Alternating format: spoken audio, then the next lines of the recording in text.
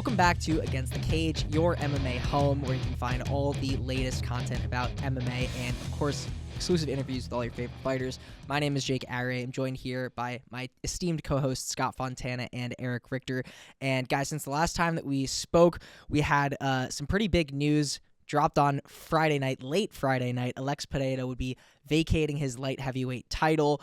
They will be replacing that belt with a fight with Jiri Prochazka and Carlos Ulberg for the vacant title. That's going to be in Miami at UFC 327. But now that Pereira has vacated that title, kind of seems like he's moving up to heavyweight as he had been indicating in the past. And just this afternoon, Tom Aspinall announced that he would be signing with Matchroom Talent Agency. Obviously, that's coming off the heels of a massive development in the boxing world. Conor Benn signing a $15 million deal for one fight with Zuffa, essentially getting brought over from Matchroom. Stealing him out from Matchroom, yeah. Stealing him out. So Tom Aspinall is signing with them. He's a UFC champion, obviously, right now. So I got to ask you, Erich, I'll throw this over to you about this crazy shakeup at heavyweight, but more specifically on this Aspinall situation. What was your immediate reaction? Listen, I'm box office and sign me up. This is awesome. This is smart from Eddie Hearn, right? The UFC and look, Conor Benn, all the fighters have been complaining about Conor Benn's $15 million contract for one fight. Sean O'Malley, Max Holloway, all of them have complained. It's like, I don't even know who Conor Benn is, and people know who I am. I'm more famous than Conor Benn. I should be getting paid just as much, if not more than him. And they're right. UFC took away one of Eddie Hearn's guys. Eddie Hearn obviously has a good relationship with Conor Benn. Now, Eddie Hearn's kind of like, okay, well, if you want to take one of my guys, take one of yours. Now, I think this says a lot. I think this says a lot about Tom Aspinall even signing this deal. Tom Aspinall obviously doesn't give a flying F about what the UFC says about him right now. Let's just call it what it is. There was even rumors at one point that the UFC was asking him to vacate his belt at heavyweight. Now, I feel like those are probably true because Tom Aspinall is still the heavyweight champion. He has not vacated. He has expressed interest in boxing. Eddie Hearn, big name in boxing. And honestly, it doesn't seem like Tom Aspinall's relationship with the UFC is that great. I'm shocked, I tell you, that that Tom Aspinall is willing to do this. He does not care what the UFC says about him. He does not care what the UFC thinks. And more power to him. That's the way you get what you want, honestly. In this game, cozying up to Dana hasn't done a lot for many of the fighters in there. Scott, I'm so interested to hear your opinion. Please take it away. But oh my goodness, I love it. I love it. So the one thing I want to kind of make sure everybody understands about this is, yes, it certainly seems like Eddie Hearn has signed Tom Aspinall to Matchroom Talent Agency, right? That there's a distinction between signing him to Matchroom Boxing and being able to box and that kind of thing. As far as we know, Tom Aspinall is still the UFC heavyweight champion. He's still signed to the UFC. He is still not able to box for an entity like Matchroom Boxing, for example, right?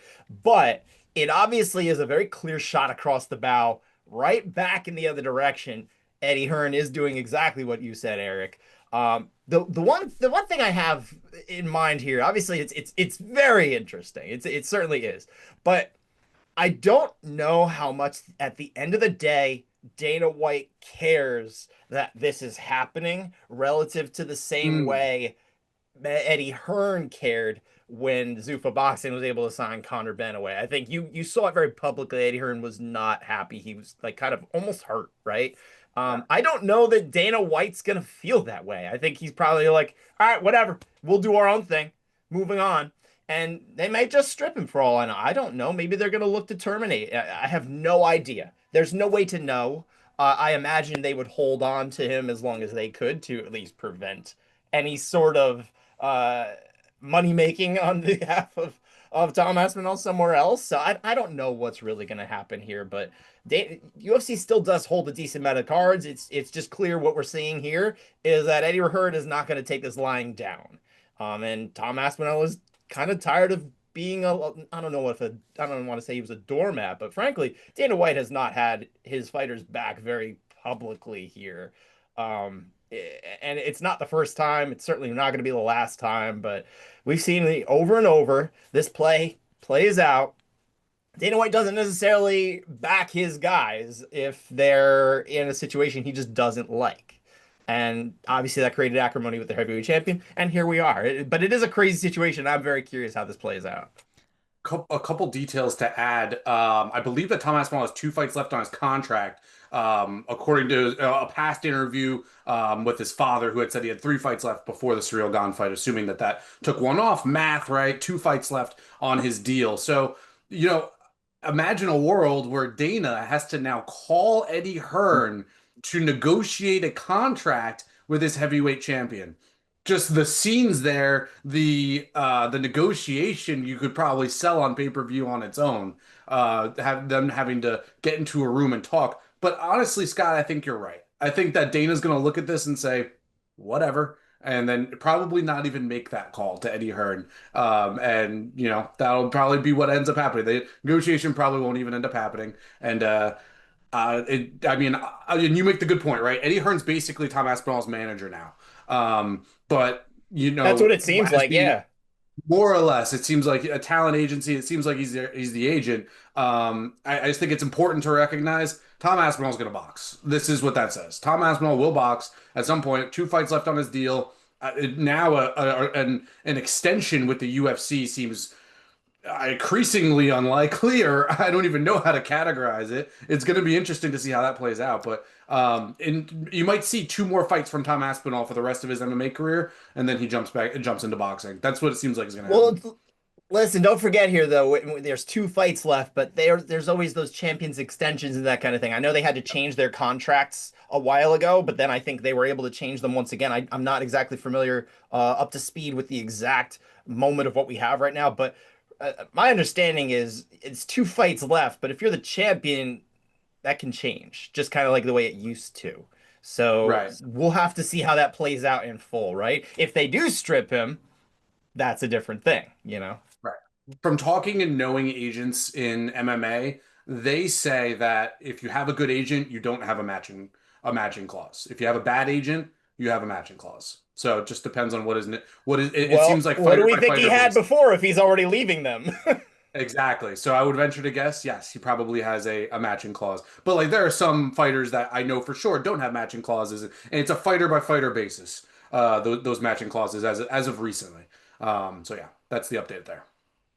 So this is all very helpful because when I first saw that social media post, well, the first one he put out this morning, which is very cryptic, and then that kind of got explained with the post by him announcing that he was going to be under Back to business. yes, Yeah. back to business, right? Now it makes sense. Now we kind of know where that went. Yeah. And Eric, I appreciate you kind of throwing in your thoughts on the consequences of what this might mean. And that was sort of my first question that I wanted to ask you guys. Scott, do you sort of take it the same way that this is an indication that maybe he'll go into boxing, or what do you see as what might happen, or is it unclear? Look, he's made it very clear for a while, him and his father, that boxing is going to be in his future in some way. I don't know how far off that is. He's really not that old for a heavyweight right now. So I think, what is he, 32, 33 now? I can't Yeah. remember. Mid-30s. But like he's got a lot of life left, and he doesn't 32. really have a whole lot of cage wear. Yeah, he's 32. He doesn't have a whole lot of minutes on there. Nope. He's got a lot of time ahead of him. So if he wants to box 6 years from now, he probably is not going to have that much more wear on him. So there's an inevitability about the boxing, but he's not going to be able to do it as long as he's under a UFC contract, and especially now. I mean, there's no way the UFC is going to want to work with this guy anymore. Exactly. Any working relationship that they had is over. It will be as curt as it can, I would imagine, and they're gonna do what they need to do to end this contract, or maybe the UFC is just kind of gonna screw him over as best as they can. Who knows? They're not really known to be not vindictive, so Exactly. we'll see. Scott, I can't tell you. A few months ago, I had heard that the UFC asked Tom Aspinall to step down as the champion, and he said, "Okay, then let me out of my contract, so I can box." And they said no. That would make sense. I heard it 3 months ago, and I didn't say anything. But now, oh my Lord, does that seem right? Yeah, and credit to him. I mean, that's what Tom Aspinall should do. If you're saying, "Hey, give him the title, do the right thing," say, "Okay, do the right thing. Let me do this." Because ever since Dana, and I don't even know that Dana was really trying to bury him on that night. I think some of that got caught out of context in the immediate aftermath of the injury and that kind of thing. I don't know that Dana truly meant to present it the way it sort of got taken. Not that I'm trying to sit here and defend Dana White. He can defend himself as far as he wants, but I did think that that was a little bit maybe off base a little bit the way it got twisted, but it did get twisted. It got interpreted, Yep. and the Aspinall camp was not happy with that. And honestly, at least I get it in that sort of context. And then Dana White doesn't really care either. So they've just kind of allowed this thing to just die on the vine, this relationship that they've had for a couple of years. And obviously he was the champion for a reason. And yeah, it's unfortunate because now I just don't know what's going to happen with this very talented individual who I do want to keep watching fight. And Yep. we obviously have the ongoing health situation with his vision I was just that about has to say. get sorted out. That's the whole other part of this that we're not even talking about. But it certainly stands to reason. It looks like he believes that he'll be back to fighting at some point. So where that is and what sport that's in and who it's for, I don't know. Who knows? Dana White's inability to manage heavyweights has been like the underlying factor of the last several years. I mean, think about the list of heavyweights that he has mismanaged. And like heavyweight used to be a really fun division.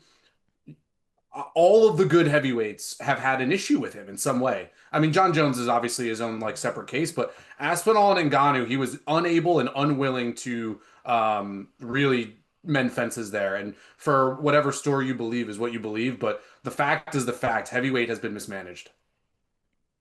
Yeah, I will say before we close this one out, and I hate to put this out into the ether, my immediate reaction, my worry of to hearing your guys' responses, it's kind of like not it's a big move in terms of their already kind of fractured relationship, and you just mentioned the health of Tom Aspinall there.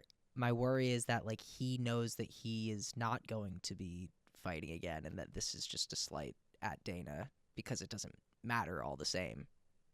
Well, if he doesn't I fight mean, again, I then guess he's it never could going to be. I get. don't know. Yeah, If he doesn't fight again, then he'll never get out from underneath that contract. So he's going to have to fight two more times for the UFC. And we've seen, a la, Nate Diaz back in the day, hard time getting him a fight, um, keeping him under contract. So we'll see if that's what happens as well. It's going to be fascinating to see unfold. But now it's another drama where one of the UFC's biggest stars is at odds with the promoter.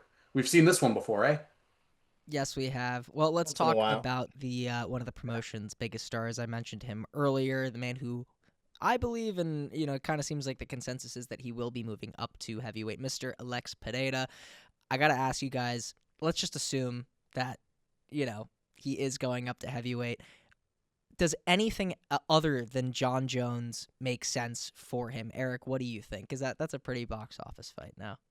So box office. If they can get a deal done, I think that the fight overall, I think, and especially given like that this is like a new kind of like a new leadership in the UFC, or at least confirmed new leadership with like, the recent court proceedings where Dana White's saying that he isn't involved directly in fighter negotiations. I'm skeptical that they can get the big fights done, especially after Ronda Rousey went to the Jake Paul promotion. I'm skeptical that they can get big fights done. If they can get this fight done, I think that I'll have a different view of where the promotion sits right now. If Alex Pereira does not fight Jon Jones at the White House, I am going to have significant concerns about the promotion's future because this fight has to happen. Like Jon Jones wants it, and honestly, it's at the White House. He's like the best American fighter we've ever had, and pretty much like the only really really good one that we have right now.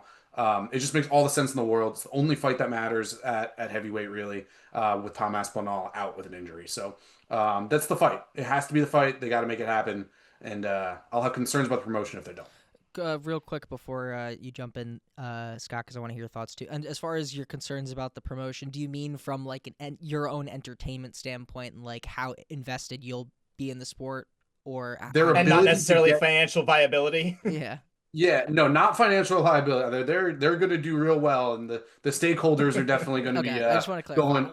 Mark The Shapiro stakeholders are coming going to go at home you. in their silk sheets. They're going to go home in their silk sheets with a smile on their face while all the fighters are cutting weight and draining themselves of liquid to try to make an extra As half ever. a pound as usual. So, but yeah, no, those are my thoughts. Like, I just don't think that if the UFC can get a big fight done, when's the last time that they got like a really big fight done? I think it was Alex Pereira on 2 weeks' notice when Conor pulled out. I think that's like the last one that I can really think where they were up against it and it had to pull a big fight out of the hat. That's when the UFC is at their best. Jorge Masvidal's, Kamaru Usman, like the with short notice replacement. That's the kind of thing that I like to see.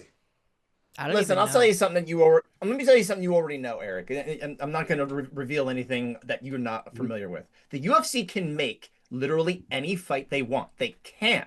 They Yeah, choose not to because of certain yeah, circumstances, such as how much money they have to spend, whether it's in their best interest financially or not. It's not that they can't make these fights. They don't want to do it on certain terms. So if they wanted to get Conor back in the cage, they could just give him a lot of money because they have a lot of money. But they don't want to do that. If they wanted to put Jon Jones versus Alex Pereira together, they could do it tomorrow. They wouldn't have a problem. It would be very easy. They just don't want to do it under certain circumstances. And they're obviously, like you said, run by essentially a board now that is not the same as Dana White and the Fertitta brothers. They're not as invested in the actual fight stuff. They're running a business. They're looking to make as much money as they can for their stakeholders and all of this stuff. It's a different world. And it's not even that new. We're talking about just about 10 years since the sale to Endeavor, right? And it's been a long time. Like you said, we found out in recent weeks and months that, yes, for a while, this has been kind of the norm. It's done even more since the Paramount death of pay-per-view, right? With yeah. the whole Ronda and Gina Carano thing. But yes, this is the new thing, and it's if they want to do it, they can. They could have done Ronda and Gina. They chose not to. So, we're in that situation. I just had to latch onto that just because I wanted to make sure everybody understands at home. Because again, you know this, Eric, but Yeah. some people maybe think that they can't actually put these things together. They can. They're choosing not to. They don't want to give you that fight because it doesn't help them financially. That's what it is. To get over Correct. to as far as Poetan, right? And this whole situation, I think the only thing that really does make sense, especially now in light of these new Tom Aspinall situation, is yes, you've got to do Poetan against Jon Jones. And frankly, I don't see how you do it for anything other than a UFC title, whether they want to make a new one or they want to strip Tom, which they probably don't. This whole thing makes it probably even more complicated.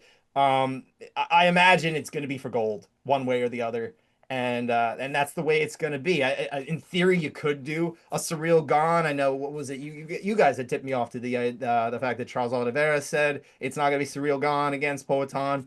And okay, maybe that's the thing. And if that's the case, then yes, literally the only thing you can do with Alex Pereira is Jon Jones, and that fight, 100%, Eric, is box office. Amazing fight. Yes. Yes, it is. I don't know that Charles is the oracle in terms of what the UFC is going to do. He's not Adam Schefter. No. However, I I am much more excited about a Jon Jones fight for Pereira than that one. Not that Ciryl versus Pereira wouldn't be great. I mean, that'd be a good striking battle between two good heavyweights, but that's the one Fun right fight. there.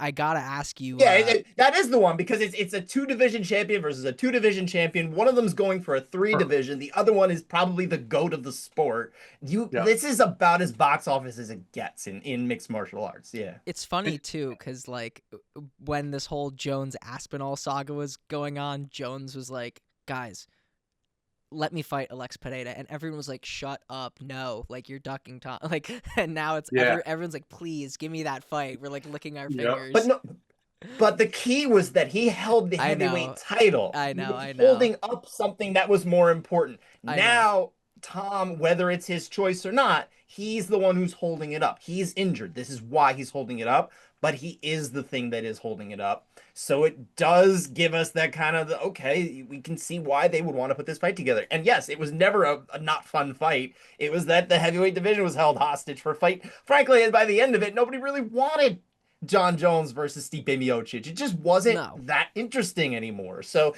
it's all context, right? It's all context, it's all timing, and that's what it was. I'll also point out too, Scott, you called it when before Ankalaev fought Pereira the second time, you called it that if Pereira wins, the only fight to make is Jon Jones versus Alex Pereira. You said this maybe 6 months ago. And you were All dead right, on. yeah, I'll put on That was dead my on. Mystic Scott hat. Yeah. Now, Scott, you're like an encyclopedia with this kind of stuff, but the only time I can remember John really being jawed is Dominic Reyes. That's it. I mean, we haven't really seen him get jawed before. He I don't know, but Hayden's was got in crazy power. spots of trouble earlier in his career at times. Like there was like this big thing where he almost got tapped out from Vitor Belfort had him on, what was it, a guillotine, I think or something armbar. like that, or maybe no, or was it a triangle choke? Goodness, I can't I want to say remember. it was an It's been a armbar. very long time, but okay. So, but anyway, that was like the early one. There was also the time that Chael Sonnen almost beat him because he broke his toe, and before but Chael got finished before that could happen, and he's had close calls, but never really had a situation where you felt like he was in danger. He's had fights that were close. The Alexander Gustafsson first fight, that was one that at least he had to dig a little Yeah, deeper for. But I always thought that one wasn't as actually close as we kind of thought it was because it was more totally expectancy agree. bias. Mm-hmm. And Yep. and then yeah, but realistically, yeah, you bring up the Dominic Reyes fight. I've scored that fight for for Dominic. But realistically, it's kind of a coin toss. I think it's one of those things where Dom wins the first round pretty well. It wins the second round okay. Third round's pretty close. John wins the fourth round okay, and by the fifth round, it's looking like John. So it kind of just fades into it, and it's almost like a Rorschach test. You can kind of go either way. So I don't get bent out of shape, but that was definitely a close fight. One thing to add on, I just got a text message from somebody that is definitely worth knowing, and he said, "Terrible move by Aspinall will completely torch his relationship with the UFC over this." Whether it's Yeah, a that's good about or right. bad move, They're right. yeah, I think that the latter part is something that we're kind of all on a consensus on. Torch the relationship. I don't know how good the relationship was beforehand, I suppose. I think that is a Well, I mean, good. you can torch a building that's on its way down. That's true. Exactly, Yeah, exactly. this is like putting the nail in the coffin, so to speak. Would you say? Yeah, it feels that way. It certainly feels that way. I don't imagine there's a day where Tom Aspinall and the UFC ever come back to like a copacetic relationship. I just don't No, see it. yeah, I think that's over. he he killed it, and then now it just. I mean, this is on. At the end of the day, even And he if had his Dana's like that's his prerogative. That's okay, right? It's not like he's if you allowed to want to do do that, it's that. fine. At the end of the day, this is even if it is Dana's fault, it doesn't matter. You know what I mean? Like Aspinall may be right to feel slighted by Dana for the eye comments, but at the end of the day, it doesn't matter. He's still the boss, and he runs it all. Even if he doesn't, he does. Yeah, well, guys, I want to talk about the division that Pereira has just left. We got a fight announcement. Yuri Prohaska versus Carlos Ulberg. And Scott, I'm going to throw it over to you. What is your instant reaction when you saw that these guys would be fighting for the vacant light heavyweight title? Well, one, zero surprise that Magomed Ankalaev was passed over, even though he's our number 2 light heavyweight in the world. I think everyone kind of sees him as right behind Alex Pereira there. They obviously split those fights last year. He's just not that interesting to most fans. So once you cut him out of it, Yuri versus Olberg is kind of the only fight that makes any sense. And it's actually going to be a fun fight. I think from an entertainment standpoint, we look at that as probably a 5/5 on our entertainment scale. It's a shame that Big On, he doesn't get to be in this mix. Hopefully he's facing the winner here to restore a little bit of legitimacy in this post-Poetan world. But frankly, I'm happier with this fight as a fan. It's just, not as much of a sporting thing, right? It's more box office, right, Eric? Yeah, absolutely. Yeah. No, this is a good light heavyweight title fight. I mean, I'm not like super opinion about it. I think it's obviously gonna be a stand-up war. Yuri Prohaska and Carlos Solberg are very good stand-up guys, really good power. I don't know who wins. I haven't seen any betting odds yet, so I don't have like an immediate lean off of the line open. But yeah, that's kind of it. Yeah, I would say there wasn't much surprise on my end. I was just like, Yeah. okay, yeah, this is kind of what we thought was going to happen. Like if you told me, I'm not surprised, MFers. yeah, no, definitely not. If you told me like 5 minutes before that happened, like who is going if Alex Pereira had vacated the light heavyweight title, like who's going to be fighting? I was like, those two guys. Like, not Magomed Ankalaev. I'd be like, no, So I feel I like got another text. I got another text on the Tom Aspinall thing. Another person calls it career suicide. I gotta say, Jon Jones, if Crazy. things play out the way that he wants them to, he's gotta feel like what's the This word is that I'm perfect like for him. a sense of like vengeance and Don's having a good satisfaction. time today. Yeah, Oh, John's John's like not only is this a-hole Tom Aspinall like Holding potentially up the bid suffering a again. career-ending injury. Like, I'm gonna fight for his belt. That like he never. All this We stuff. don't know yet, of course, right? Yeah, The yeah. the And This is look, and I'll speculation. reaction. say this too. Let me say this. Let me just say this one thing here. If Tom Aspinall is able to free himself from his contract with TKO and free to go do what he wants, he gets one boxing match with Eddie Hearn. He's going to make so much money. So you want to call it career suicide? Fine. There's a bank load that's going to show up at his door, and he's not going to care.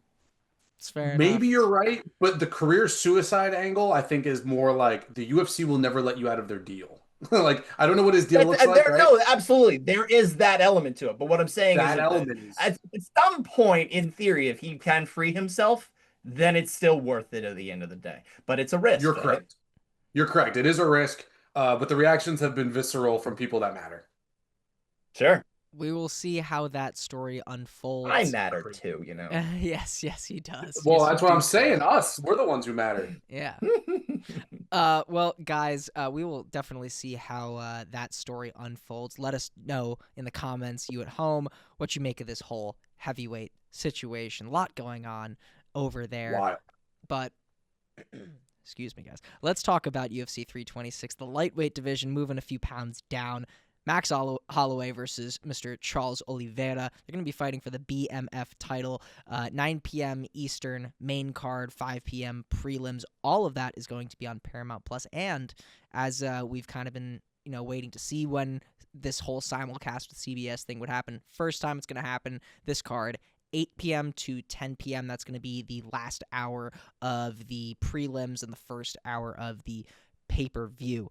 Now, let's talk about this main event here, Holloway versus Oliveira. Scott, I want to talk to you. I haven't been hearing as much buzz about this fight that, maybe we have about main events and a caliber of fighters as these two in the past. Do you think that this fight's getting lost in the shuffle? Well, certainly the structure of this episode would indicate such. We did make some rejiggering last minute, right? But the fact that we're actually burying a numbered event preview for something else, something we don't intend to do for this program. I think that speaks to it at least a little bit. It's obviously the other thing too, but I think it's a bit of both. I would say we're definitely losing it, right? It's already got the whole non-divisional title element to it, right? Which, I think people understand that the BMF belt doesn't mean all that much. It's something, it's fun, but it doesn't really mean anything. It's got less prestige. It does. It's not even gold, it's silver. We were talking about that earlier today. I think the real thing here, obviously, and I'm sure you'll agree, Eric, is just the fact that everybody's talking about the White House. We're all waiting for the announcement of all of the fights that Dana said just the other day. We're going to hear what they all are. Nobody really cares about this one in the context of that. And hey, that's what the UFC wants. Same as ever. It's those three big letters UFC that mean more at the end of the day. You're gonna watch anyway. It doesn't matter what the fight is. So you're still gonna watch, and it's a great fight. It's just yes, it's definitely getting lost in the shuffle. Eric, what do you think?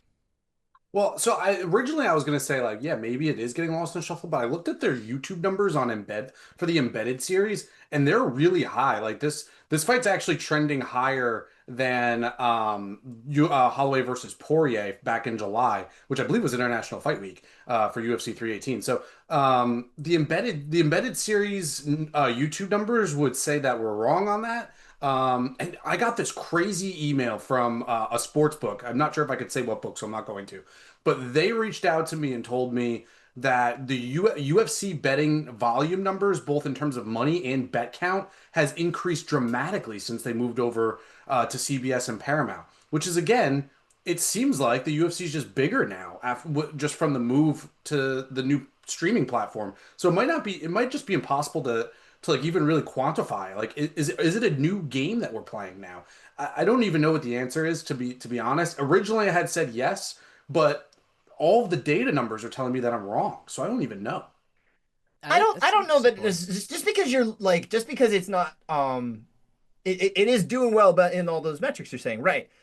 But that doesn't mean we're all talking about it to the same degree. Like it's there, it's happening, but you ask the general person, "Hey, what's going on with UFC?" They're not talking about this fight. They're talking about the White House card.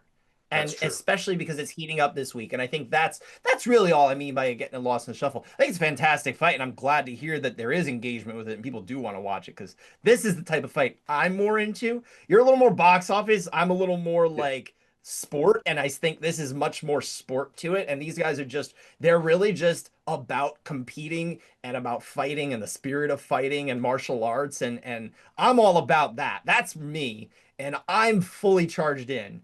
So if that does mean that more people care than even I realize, I'm very happy. I think that's an interesting point that you make, though, Eric. I feel like that's the trend that I've been noticing in the UFC. Is it's like numbers are going up, revenue's going up, all this stuff is going up, but like it feels like the fights themselves and like They're not that the interesting. hype for it and all this, like, the excitement for it has like gone down. It's really strange. That's the promotion's fault.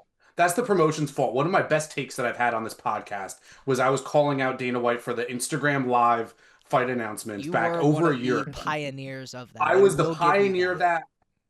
No matter what, nobody could take away that I was first on that one. Damn near. It is the worst way to announce a fight ever. And it's the UFC's fault. And I sent this to you on Instagram, Jake. They used to announce fights with awesome promos in Vegas. Conor McGregor walking past the MGM Grand, listening to Watch the Throne, Jay-Z Kanye West album while Conor's wearing a suit. Now it's, all right, everybody, we got blah, blah, blah fight. Follow me on Instagram. Follow me on TikTok. Have a good day. Bye.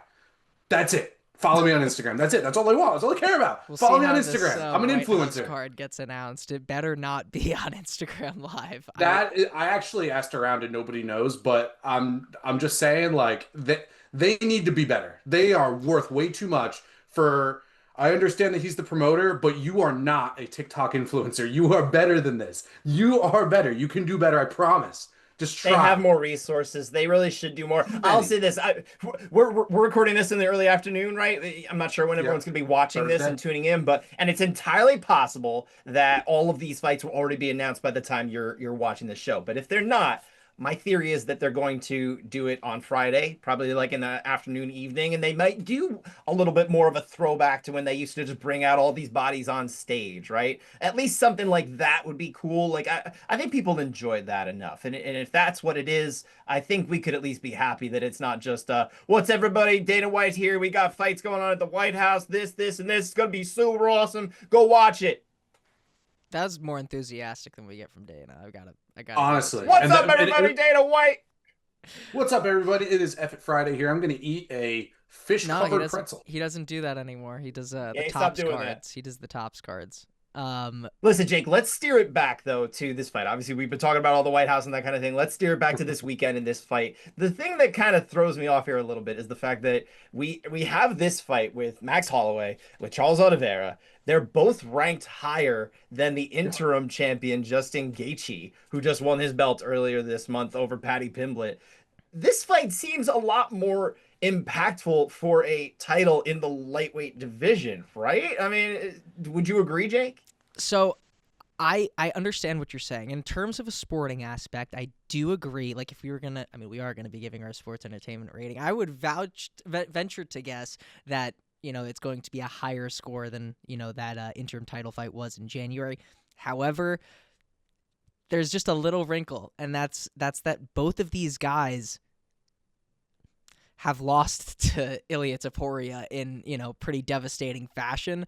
So they are kind of void. I'm not interested in seeing them fight for a title. I don't think many people are. I'm sure that that's not a fight that they would, be putting on anytime soon. At least not soon. Yeah, maybe something in this fight could change that, but that's just the one wrinkle that's in there for me. So as far as the actual title implications and any chance that they would have of fighting Ilia Topuria for that lightweight title, I would say no. And obviously that's why they went in the other direction rather than having one of these guys, come on in there for that fight. If Ilia Topuria leaves, though, yes, 100%. I'm not sure that he would, but who knows? Maybe they do make that super fight with Islam Makhachev one day at 170. But what do you think, Eric? Is it more impactful at lightweight? I think it's a better fight, right? It's a better fight than Justin Gaethje versus Paddy Pimblett. I was the one that was hating on that fight to begin with. I had no idea why that fight happened. But regardless, it did happen. Justin Gaethje versus Paddy Pimblett, I'm talking about. Still don't understand that booking, but regardless, we had it, we did it. Justin Gaethje comes out victorious. This is a better fight. But the point that you just laid out, Jake, is Max and Charles lost badly to Ilia Topuria. Like then none of them were really competitive in that fight. Both of them were ended in nasty knockout fashion. Maybe Ilia Topuria is just that good, and he'll do the same to Justin Gaethje, and we'll say the same thing. Look, like you said, none of these two are fighting for a title, but this is a better fight. Don't make them. Don't be tripping. This is a better fight. Yeah, I think so too.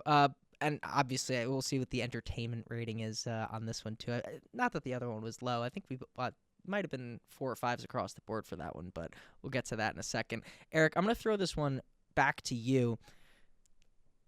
People mention the word legends in this sport a lot. I got to ask you, do people appreciate the legend of Max Holloway enough in the right way? What do you think? They better, because the way that the world and the MMA world is kind of unfolding here, I have no idea. It might never come to fruition where you get another American star like Max Holloway again. And just look at this guy's career. At featherweight, he fights Conor McGregor very early in his career, loses a close decision. I believe he was like 19 years old, like literally a kid. And he builds his way back. He fights Charles Oliveira. He got tapped out from a mounted triangle armbar as a kid. That was Dustin, how that yeah. went. But obviously, it was still against someone who was basically a top 15 at his weight class in his fourth fight.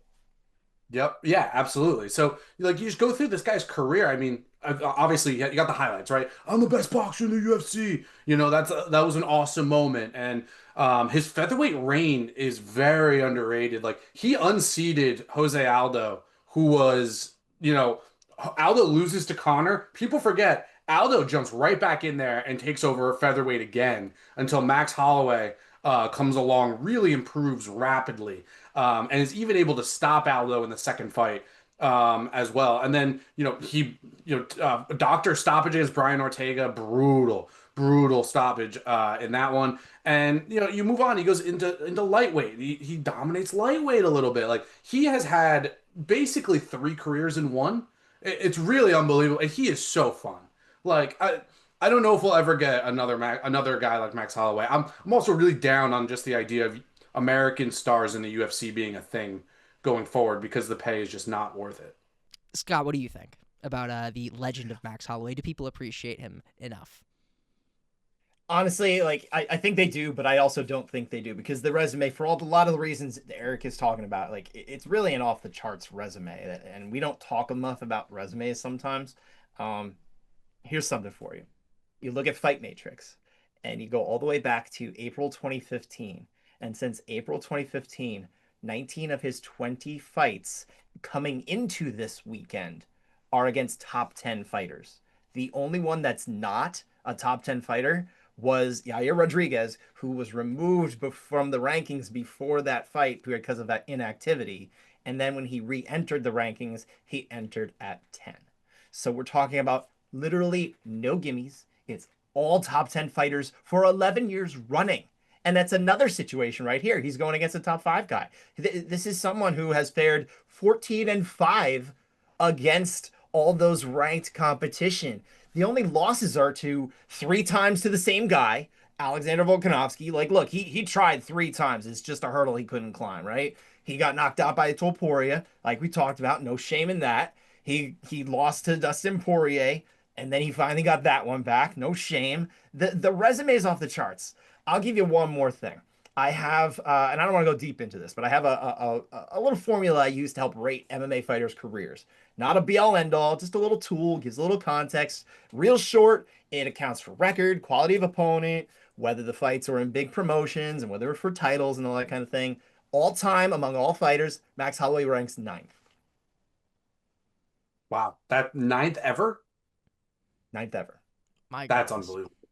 One That's day, one day, probably not anytime soon, we should probably do the trilogy between Max Holloway and Alexander Volkanovski.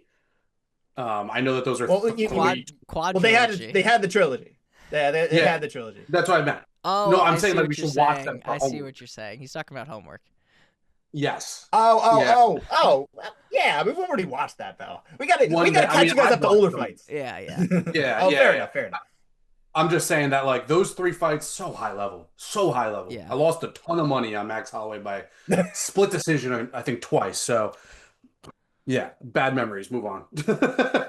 No, those were good. It's I'm funny glad you at too. least respect him anyway. You can get over that. Yeah. Oh yeah. It's funny too Absolutely. because like as a young fan at that point, I mean both in age and as in age and watching the sport, I was like, he's such an easy guy to love, to like watching that Volkanovski fight. I was like, yeah, I don't know who that dude is. Like Holloway all the way. He's just such a lovable guy. I feel like his just like style and how he fights and how he carries himself in those viral in the cage moments. I mean, we omitted talking about that crazy knockout and the spectacle of UFC 300. Like that in itself is the one. He literally invented this whole thing and people trying to copy him. So I think the legend of Max Holloway is certainly warranted. And I don't know if any of us disagree. But Scott, I'm going to throw this over to you. The man across the octagon, Mr. Charles do Bronx Oliveira. He's known for his grappling. He's got the most submissions in UFC history. He's got the most finishes in UFC history. But that grappling game, his Brazilian Jiu-Jitsu, is what he is really quite known for. I'm curious, because this is a BMF title fight, and since the belt has moved to lightweight, we've seen 2 out of those 3 have gone to knockout, and they've just been striking exchanges really historically anyways. Do you think his grappling will come into play with the BMF title on the line? I would be stunned if it didn't. I mean, that would be ridiculous if it didn't, right? Oliveira, he has proven that grappling can be very violent. He has all those submission victories. He has all those finishes, and a lot of them were down on the ground as well, even when they weren't submissions, right? I think it would be just remarkable if he said, you know what, I'm just going to stand and bang and forget what got me here. I don't see any version of that happening unless it's just over quick. I could see it, but Eric, what do you think? Do you agree When with Scott? I went back, I went back and watched the fight from 2015. I know it's only a minute and a half, but you can learn a good amount by watching. It was super short, but you can learn a lot by watching 90 seconds of a fight. And basically, when I went back and watched it, Charles Oliveira did what Charles Oliveira does. He comes forward, and he was striking with him a good bit, and then he shot for a double leg takedown.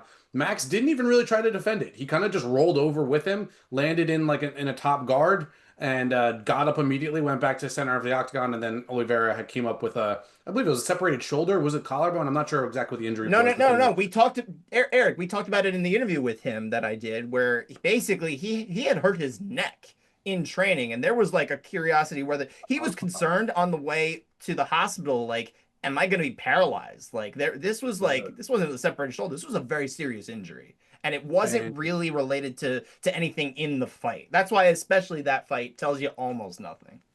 Interesting. Well, it's good to know. Regardless, I think I still think it teaches you something. He did shoot for a takedown for a double leg within the first minute. That tells you something. So yes, the grappling will come into play here, no doubt. Okay. It was 11 years ago. That's what I was about to get to. You think he's not going to shoot takedowns because it was 11 years ago? Okay, no, I don't think. Yes, but they've changed a lot. I'm not saying that Oliveira is not going to shoot a takedown. It's just you don't see Max Holloway on his back very often, right? Underrated grappler, though. I think that means something. And also, I feel like lately we have seen Charles Oliveira, on the feet a little bit more often. I mean, he got knocked out against Ilia Topuria. Obviously, Topuria is, pretty competent in the grappling department. So that's, definitely something that might have played into it. But I think Holloway is a little bit underrated with at least his takedown defense. He doesn't spend much time on his back, and I feel like Charles Oliveira does stick around on the feet sometimes. He's not like a Dagestani wrestler. A lot of the times that he, is on the ground, it's in situations where he is on his back, right? Is that fair to say? Yeah, but look, if he wants to get it, like, he can want to get it there. I'm sure he's gonna want to get it there because there's an advantage. I just don't see him throwing that away. Like, he's not gonna, just because it's a BMF belt, he's not gonna say, well, I'm just gonna stand and bang. Like, I'm sure he's going to strike in so much as he ever strikes, which is he's very willing to engage up there. He believes in his Muay Thai and his striking, but he'll look for opportunities, and if they present themselves, he's gonna do it. He will not ignore that. Fair. Oliveira, like more than anybody too, like he does not really like getting hit, and like no fighter likes getting hit, but Oliveira specifically does not like getting hit. In those title fights with Gaethje, and there was like a meme. How It's many times like, did he get knocked down in those yeah, fights? Charles is most dangerous when he gets knocked down.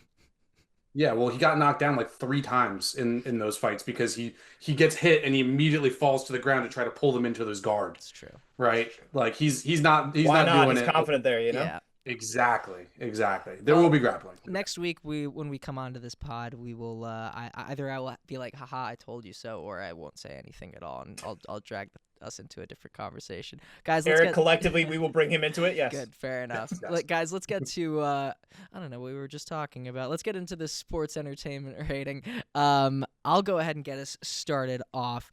As far as the sporting aspect, just going off of the best lightweights in the world, if that's how we're going to do it, I'm going to go ahead and give this one I'm going to give it a 3. I think that these two guys are very elite. They've both got wins over Justin Gaethje. It's not Arman Tsarukyan, it's not Ilia Topuria. I'm going to give this one a very strong 3. It could have been a 4. Entertainment rating, I'm going to give this one a 5. Even though it has flown under the radar, and I do feel like the hype surrounding this fight isn't as much as it should be, or like my excitement levels for it, like in anticipation of this one, aren't as high as they should be. These two guys are absolute fireworks. Eric, I'll throw it over to you. What do you got? So I'm going to go 4 for sporting, and with a 5 being Ilia Topuria versus Arman Tsarukyan. So 4 for sporting, and then I'm also going to go 4 for entertainment, but probably should be a 5, and I'll get to this in 3 bets in 3 minutes, but I see a lot of stick and move from Max Holloway coming in this fight, so that's why I'm going to go 4. But yeah, that's me. What do you got, Scott? I'm calling this a 3 because not only is this not a championship fight, it's not even a fight against the number 1 or involving the number 1 contender. We're talking about guys who are right below that. So I'm going with a 3 here. I think it's a high 3, if you want to call it that, but yeah, it's a 3. And then as far as the entertainment, I mean, yeah, it's a 5. This is easy a 5. I'm super excited for this one. I think it's going to be just so much fun. I will allow, like Eric is saying, I'm probably going to get to, there will be possibilities where it might not go exactly that way, but I'm approaching this as a 5, so I'm giving it an 8. That means I have an 8. Eric, you got it. We all have an 8. There you go. There we go. Yep. I think Roundabout ways, but fair. we got there. It's an 8. Alrighty, well, I think that's fair. Yeah. Let's talk about some of the other fights on this card. Scott, what is your fight to watch? Give me Hobo Cobb, Gregory Rodriguez against Bruno Ferreira. I love this fight. This is going to be, I guess, sort of like the co-main of the CBS simulcast in a way. It's going to be the pay-per-view opener or the numbered event opener, right? So yeah, this is going to be fun too. I think both of these guys are they're getting close to the point where we're starting to talk about them for like maybe breaking into the rankings. I don't know if they're quite there yet, but they're very close. Maybe the winner of this one starts to, maybe not in our top 10, but they start to get to that point. It's like, all right, maybe they need a fight against someone who's in the top 10. So I like it. Fair enough. Eric, what do you got? Well, this one will be on the CBS main broadcast. It's the prelims main event. It's Cody Garbrandt versus Zhao Long. Cody Garbrandt, we all know about him, and there is homework. We'll talk about that later involving Cody Garbrandt. I think it's an interesting fight, especially against Zhao Long, who's has got some solid wins. Knocked out Kwang Lei back in 2024. I'm interested in this from a betting perspective as well, but I'm excited to see Cody get back in there. I'm a big Cody guy. All right. I mean, yeah, that guy he's. We'll talk about the homework a little bit later. I have a project coming out that it'll make it all worth it. I had to spend some time on it. We'll talk about it. Give us your fight, Jake. Yeah, what do you got? For my fight, I'm going with Caio Borralho versus Reinier de Ritter. Obviously, these two guys were right on the cusp of the title picture in middleweight, like pretty much getting a title shot on those fights that they had. I feel like this one, it's who can bounce back the best. The fight itself might be, an entertaining one. I've got high hopes in that regard, but really it's the stakes of the welterweight, or not welterweight, the middleweight division, excuse me. But Scott, I got to ask you, what is our event rating to round out 326? It's a 46 actually. It's not super high here. The whole card is honestly, it's really structured kind of like a solid fight night rather than a traditional, stacked numbered event. I don't know how much that really matters anymore. We're not paying anything different for any of these fights. You subscribe, you get all of them anyway. So it may not matter, but still, there are 7 fights, 7 of the 26 fighters on this card. They're in the top 20. We've got a lot of top fighters, including that co-main event you just mentioned, Jake. 19 of the fighters on here, they're top 100. There's only a pair of fights with guys outside of the top 200. Some of them are very far outside, though. But mainly, this kind of looks like UFC caliber bookings. And again, I think you just kind of have to understand that some of these cards from a sporting aspect are not necessarily going to look like what we've been used to, right? But at the end of the day, look at what they've done over the course of 40 events 1 year. Let's see if we're still getting the same number of quality events by any other name before we start complaining about it. I think entertainment wise, I think a lot of us are excited for this anyway, but sporting wise, even let's just be patient. Let's see how it plays out. Fair enough. Alrighty, Eric, and to finally close this out for 326. Ready for your 3 bets in 3 minutes?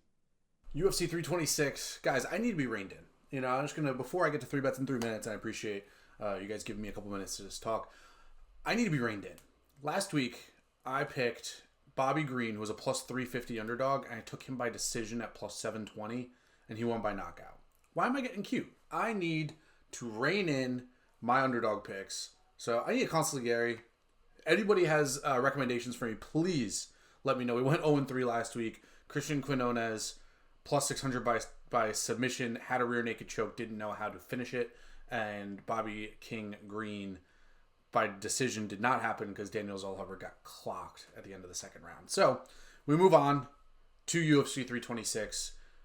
Too many long shots last week. We had plus 250, plus 600, plus 720. Too many long shots. Not gonna win too many that way. So we go a little bit of a different strategy here. UFC 326, 3 bets in 3 minutes. Move my phone up on the clock, and we're gonna get started here in the prelims. And we are going to start off with Cody Garbrandt versus Zhao Long. Cody no love, man. Where has he been? It's been a tough fall for Cody Garbrandt. Obviously, we remember back in the day where he was one of the best. Now, he has been in a spot where actually I trust his grappling a little bit. And Zhao Long, this is a step up in competition for Zhao Long. Zhao Long coming off of a loss to Su Young Yu. He beat Kwang Lei, but he's 1-2 in his last 3. He also lost to Christian Quinones in the Dana White Contender Series. I just think this is a step down in competition for Cody No Love. Cody No Love had beat not crazy wins, but he beat Brian Kelleher and Trevin Jones. He's obviously on a 2-fight losing streak, but I'm gonna ride Cody No Love here. Cody No Love by decision. Or you could go with the money line. Go with the money line here. It's plus 150, but my official pick would be Cody Garbrandt by decision plus 300. So we are going to move forward. So I guess consider another long shot there. But we move on. Drew Dober versus Michael Johnson. I'm actually not gonna do Drew Dober Michael Johnson because I can't do too many long shots. We're gonna move on to the co-main event. Cal Borralho against Caio Borralho versus Reiner de Ritter. I think that this is just a spot, and it's a co-main event spot. I think it's a spot where Borralho is getting a lot of passes for that Nasruddin Imavov fight, and I think I understand why. He wasn't like fraud checked by any means. Imavov just beat him, while Reiner de Ritter was kind of fraud checked by Brandon Allen. But everything you hear about Reiner de Ritter was that he was dealing with a lot of health issues. He had fought 5 times in a year, like too much fighting. I think that Reiner de Ritter is going to come in here healthier. I think that the striking is going to be competitive, and I think he has grappling and size advantage. So for me, I like this fight to go the distance. I like Reiner de Ritter against the spread. So those are my 2 picks. Reiner de Ritter plus 3.5 over on DraftKings, minus 110. And I'm going to target the fight goes to decision. It's a 3-round fight. Minus 144 on FanDuel to go the distance. And then we move on to the main event. Max Blessed Holloway versus Charles Oliveira. And I know that Scott and Jake don't want to hear about the 1.5-minute fight that they previously had. Miss me with that. I think that we actually are going to see a similar... You watch the first minute of that fight. Max Holloway is circling around the octagon on the outside. Charles Oliveira is coming forward. Now, I think that Charles Oliveira has gotten a lot better with the striking. He's not out of shape. I can tell you that. He is not out of shape. Watch the end of his fight against Michael Chandler, man. He could have gone 6 rounds in that fight. And same with Arman Tsarukyan. He looked great in the 3rd round there. That was obviously a 3-round fight. But, for me, I think that in terms of who's getting a stoppage here, I don't think anyone's getting a stoppage. I think this is going to go to decision. I think that realistically, Max Holloway can kind of just stick and move throughout the fight. Charles Oliveira is going to have a hard time catching up to him. Holloway's obviously got a massive reach advantage. So give me Max bless Holloway by decision. You get it at plus 285 on Bet Rivers. Love that line. And then the winner fights Conor McGregor in July. Let's see it. Thank you very much. Have a good one. Alrighty, thank you so much for that, Eric. And guys, we have some reports that UFC 328 will be happening at Newark on May 9th. There have been reports of fights from the likes of MMA Fighting, so take that as you will from a reputable outlet. I want to do some speculation on this card in Newark. Obviously, it's sandwiched in between Miami and the UFC's plans in June, July, White House, International Fight Week, and all that. Scott, I'll throw this over to you. As far as what they can do for this card, what do you think might be available with all this going on around it? Look, it's easier to start going over the things that we're not going to get, right? We're not going to get the light heavyweight title because that's in April. We're not going to get the flyweight title, the men's flyweight title, because that's also in April. We're not going to get a women's bantamweight fight because Kayla Harrison's neck needs to heal. We're not getting a men's bantamweight fight probably because it sounds like Peter Yan is not really ready to return to the action just yet. So there's already 4 of them off the board, right? Now we've got 7 left. You're talking about some of the biggest ones are going to go to especially a bigger card like the White House card. Is there going to be a UFC 329 in June? Will that be International Fight Week, or will there also be that one plus International Fight Week? So we're starting to get a lot of events and a lot of fights that need to be put on in a short period of time. What's that going to leave us? I think we're getting squeezed out, and my concern is that we're going to end up kind of with a New Jersey card that maybe has a little bit of a lackluster feel to it for a numbered event, especially one where they're not just in Vegas, they're on the road a little bit in our neck of the woods. Unless Islam Makhachev, who really enjoys fighting in New York and New Jersey, maybe he's like, you know what? I'll come back here. They love me here. I'll keep fighting here. I can train on the Jersey Shore. I like it. Let's fight Michael Morales here. And that's really all you need at Prudential Center 2 months from now is just that fight. I think that would work, right? 100%. Eric, what do you think? 1000%. That's. I almost feel like it has to be that because they would never sign a numbered event without having an idea of who their main or who could headline. Oh, they know. They certainly know. Yeah. I feel like it has to be Islam Makhachev fighting because you just laid it out. Everyone's booked, and it's and then the White House is right before that. So obviously we'll get more clarity on it once the White House is announced. But it seems almost definitely it has to be Islam Makhachev. I guess. And do we know for sure is Khamzat going to fight Sean Strickland in Miami? Is that going to happen? Because in Miami, no, not in Miami. Okay, I remember I'd seen that somewhere. But there's so much misinformation on X; it's impossible. No, I would doubt that. I think they're set with Miami now. Yeah, they got 2 title fights on there. I think they're all good there. And I think that was as far as I think I got by Kevin. Oh yeah, he did start peddling some of that stuff.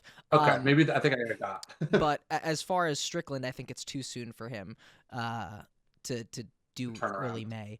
And Khamzat's Khamzat, But yeah, let us know in the comments what you guys think about that card. I think you laid it out pretty perfectly, Scott. That's where my head's at. But let us know if you got anything different down below. But guys, let's recap what happened in Mexico City this past weekend. Mr. Lonair Kavanagh beats Brandon Moreno by decision. Eric, I'm going to throw this over to you. Kavanagh. Obviously, he was not in the rankings. He was not in our rankings or in the UFC rankings. Now he jumps all the way up there. What do you think this does for him in the hierarchy of flyweight? What an awesome performance by Leonard Kavanagh. And, no big deal, but I definitely had that one, right? Brandon Moreno on his way out, seemingly, tough spot for Brandon Moreno to be in. But when you look at Loner Kavanagh, sorry, the striking looked really good, and he got stalled out a little bit in the middle rounds there. But overall, I thought his takedown defense really held up. So now it's you look at what's ahead. They already bumped him up pretty high in the rankings. He's up to number 6 now. So when you move him up that high, it's okay, now you're immediately up there with Kyoji Horiguchi, Brandon Royval, I think that one of those guys would be, I mean, not Horiguchi obviously is booked, but maybe like a Brandon Royval. I think that would be a fun fight. Lots of really interesting striking exchanges that you're going to have there. It's going to be a lot of kicks and a lot of powerful strikes. So from my perspective, I think that Kavanaugh, I had said this last week. Somewhere in there, I think there's a title contender, and I feel vindicated on that, honestly. Scott, what do you think? Eric already kind of set the table really well. Like obviously he is now in the thick of the UFC zone rankings, which are the most visible rankings we have in this sport, right? Our rankings are what they are. They don't have as much of an established history yet, right? The New York Post's World MMA rankings are on their way, but they're Soon, not there yet. soon. But hey, take them seriously, we do. But anyway, Swoon. the fact is he's now in that conversation where you talk about a Brandon Royval or even a Koji Horiguchi. Maybe they just launch him up really quickly and put these fights together. He's in that area. They can do it, and I don't think anyone's going to argue with it too heavily. I have some thoughts on where he ought to be ranked, and frankly where Brandon Moreno should as well. So Wait, we we'll actually need to see. do updates on rankings. Was Next it next week, I week? believe. Yeah. Next week we will be updating. Absolutely, we're going to be after a number Updated of them. rankings. We're gonna get in there. Kavanaugh will certainly be in my flyer rankings, no doubt about that. Yes, sir. Alrighty. Well, let's talk about Mr. Brandon Moreno. And I'm sure you've got a little bit to say on this Scott. You kind of just alluded to it. For the result this past weekend, does it say more about Kavanaugh? About him being an up and comer, hungry guy going up against a guy like Brandon Moreno, or does this say more about Moreno himself and sort of the trajectory that his career is on right now? What do you think? I it's a little bit of both, but I do think it actually says more about Brandon Moreno. I think we've seen him rapidly age over these last two fights. He is not an elite flyweight anymore. He just isn't. And it's a little sad to see. I think his Sad. motivations have changed a little bit. And I just think it's not crazy to actually, the funny thing is it's not crazy to give a 48-47 for Moreno in this fight. You can give him those last three rounds. It's hard, but you can do it. But also, that's not representative of the 25 minutes we watched because those first 10, Kavanaugh looked fantastic. And then the last 15 minutes, you just have Brandon Moreno eking things out here and there and grinding away and just stalling a little bit against a younger fighter. So I don't know that that's what they, want to be doing by giving that decision to him. And I think it really does speak to the fact that yes, Moreno is just not the same fighter he used to be. He didn't used to do that, and now this is how he's trying to win. It's just not the same. Fair enough. Well, guys, stay tuned for our MMA rankings next week, and you'll see where we've got these two gentlemen. But Scott, I'm going to throw it over to you for quick hits and MMA news. What's going on? All right, guys, we got to start with a big announcement from the UFC over the weekend. It's a fight night, but it's a interesting fight night at headliner here. We got Jack Della Maddalena going against Carlos Prates. It is May 2nd in JDM's hometown of Perth, Australia. This is an interesting fight in the 170 hierarchy. You could certainly see a situation where Carlos Prates wins that and he goes on to something big. So keep your eye on that one. PFL announced its own May event coming up. This week, it is May 23rd. They'll be in Brussels as Benson Smooth Henderson unretires. He's going against Patrick Habarora, a Belgian prospect, in a welterweight headliner for PFL. So that was kind of out of the blue, right? Very interesting. But a local guy going against a retired former champion. Arman Sarukian has been in the news a little bit again. This time, once again, maybe not doing the things that would have been smartest for his standing in combat sports. He won a fight or won a bout in Real American Freestyle over the weekend, but also right after doing so, he sparked a brawl by throwing a punch at his opponent, Giorgio Puyas. I am not getting that name right today. But look, these guys, they almost had an immediate rematch in submission grappling. It sounds like RAF has decided they would rather be the ones who put on the rematch. So they're still very much in the Arman Sarukian business. Either way, you got to wonder how this impacts, again, that tenuous situation with Arman in the UFC. It's just keeps feeding into the situation of maybe just not making the smartest choices, right? Speaking of the UFC, they reportedly have released two of the fighters who had lost in Mexico City over the weekend, Felipe Bunes and Jose Daniel Medina. They are no longer with the promotion, reportedly. So happy trails to them. Hopefully, you can find a new way to continue plying their craft. And then lastly, someone else who's looking for somewhere to ply his craft, hoping to get himself to the UFC. Adriano Moraes has said that his deal with One Championship has run out. You might know him best for his trilogy with the flyweight goat Demetrius Johnson. He won the first of those matchups against Mighty Mouse, and then Mighty Mouse won the next two before retiring. So that's your quick hits for the week, guys. Alrighty, and that brings us to the final round. Like I mentioned before, this is on me. Was not able to get to the homework this week. It's been very crazy on the news side and in the MMA world. We've got a project coming out for you guys, but we will push the next week's homework assignment as well. Scott, what happened this week in MMA? We're only going back 5 years to March 6, 2021. Jan Blachowicz successfully defends his light heavyweight title against Israel Adesanya, who was the middleweight champion at the time, looking to make history, become a two division simultaneous champion at UFC 259. Didn't go his way. The fight is actually more important historically for a reason that probably a lot of people don't realize, and that's because as a result of some very generous 10-8 scorecards that Blachowicz received in the fifth round, 2 of the 3 went a 10-8. Probably not the right call to go 8 there. Dana White was very vocal in his displeasure with kind of this preponderance of 10-8s that we've been starting to see. It is the demarcation point of the way 10-8s have been scored over the past 5 years or so, culminating in the official changes that we've had instituted to the criteria last summer. So you can really go back to that, and everything is very different if you look at the statistics, which I track, actually. I'm like the other who does this. Yeah. That's why we love Scott. I had such a betting edge on that stuff. Like with the 10-8s, I had such a firm understanding of that judging criteria. I made so much money on that fight, man. Oh my God. And like at the time I was not raking. So like $1,500 for me was like $1 million for me. So I remember sitting in my jiu-jitsu gym watching the fights with my friends and I was going crazy. So that's my story on that fight. I had Jan Blachowicz the whole way. All right. And for those who want to get one more fight in this weekend, Scott, outside of the major MMA promotions, what do we have? Oh, it's got to be Ryzen 52. It's tune in midnight Saturday, heading into Saturday Eastern time. You can watch it on paper. It is a pay-per-view element on Ryzen.tv. Patchy Mix is back in action.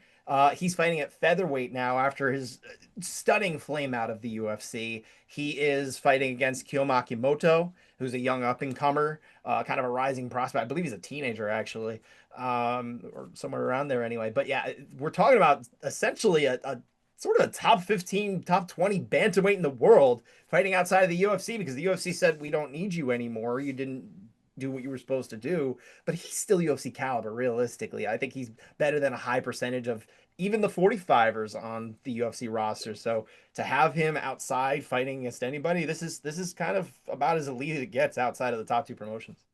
Yeah, Patchy Mix is a minus. Oops, sorry. Patchy Mix minus 350 favorite in this fight. Just throwing that out there. I was gonna say seeing not Patchy prohibitive, Mix on, not prohibitive. No, for against a teenager. Yeah. I was gonna say seeing Patchy Mix on one more fight feels strange to me. I was like, whoa, oh, that's right, he is very weird. Very weird. Yeah. Alrighty, guys. Well, this has been a packed show of Against the Cage for a packed week of news. Yep. Should be continuing shortly with all those White House announcement fights, so we'll probably have some stuff coming out for you. But Eric, Scott, thank you guys for joining me very much, and for you at home as well. Let us know what you thought of the episode, and we will see you guys next week. Watch Cody Garbrandt versus Dominic Cruz. It's on YouTube as well.